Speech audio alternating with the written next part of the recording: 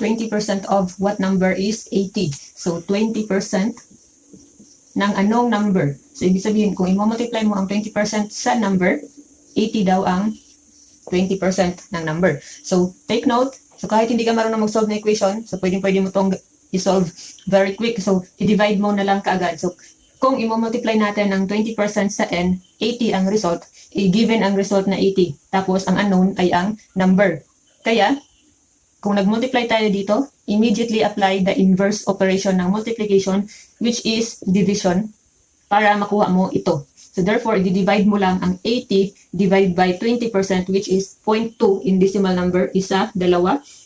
So 0.2 in decimal number equals. So paano i-divide ito ng mabilis din? I-move mo lang ang decimal point ng decimal number na 0.2, gawin mo siyang whole number, so magiging 2 na siya. Kung ilang beses ka nag-move para maging whole number siya, yun ang 0 na i-add mo dito. So now you can divide 800 divided by 2, that is 400.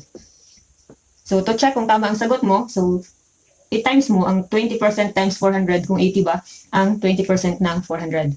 So again, para sa mga ganitong klase ng problem na binaliktad lang, na given yung result tapos yung hahanapin mo ay yung number kung saan kinuha yung 20%, ay you simply perform the inverse operation of multiplication, which is division.